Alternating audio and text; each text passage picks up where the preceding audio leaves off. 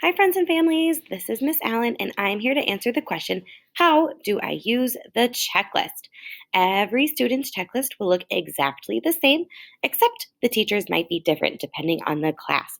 As you can see at the top, it tells you which days of the week to use your checklist. The longer checklist is for Monday, Tuesday, Wednesday, and Thursday, while the shorter checklist is for Friday only. This is an outline of exactly what your child should be completing every day.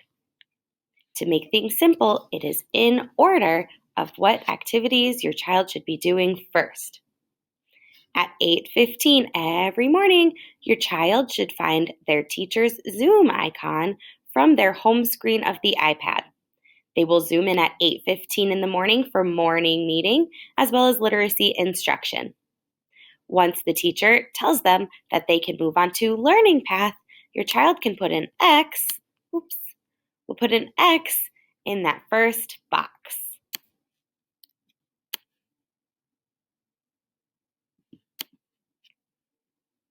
Next on your student's checklist is a learning path.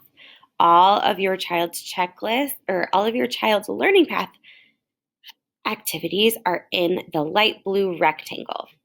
Every day they should be completing a journal entry in their journal that they received from Shirley Hills. They will complete Read to Self with the books in their book bag, some books you have at home, or they can use the Benchmark app that they can find through Clever. Once they're done doing Read to Self, they'll do the word work activity, which will be one of the literacy worksheets. Finally, they will complete their literacy seesaw activity. As they complete those activities, have them use their erasable marker, which is their dry erase marker, to put an X in each of those boxes so they know that they completed those activities. Once your child is done with all of Learning Path, the next thing is to have snack.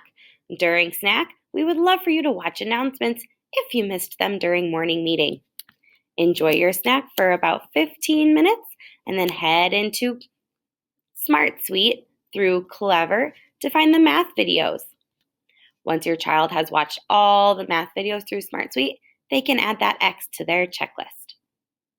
Next, they'll be working on their math path, which is in the second blue rectangle.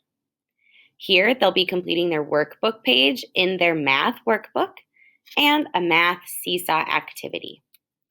Once they've completed their workbook page, they can put an X through that box with their erasable marker. And once they've done seesaw, they can add an X to the seesaw activity. Once your child has completed math, they can have lunch and a quick break. And then they'll come back to seesaw for specialist at 12:30. Keep in mind, on Tuesdays and Thursdays, your child will Zoom with their specialist teacher at whatever time is listed on their checklist. Once you've completed the specialist activity, go ahead, put an X through that last box. And when you're ready, between 1:30 and 2:30, you will check out with your teacher through their Zoom link on the iPad. Once you've checked out and said hello to your teacher, you can put an X through that box.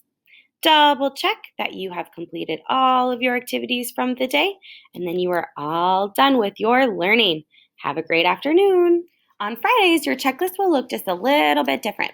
As you can see on the top here, it says Distance Learning Friday Checklist. Only use your shortened checklist for Fridays. You will still Zoom in with your classroom teacher at 8:15 in the morning for morning meeting and literacy instruction.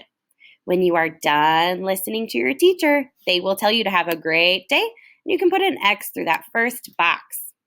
Then you will work on Learning Path, which is still in the blue rectangle. On Fridays, you will be doing an art activity instead of your journal.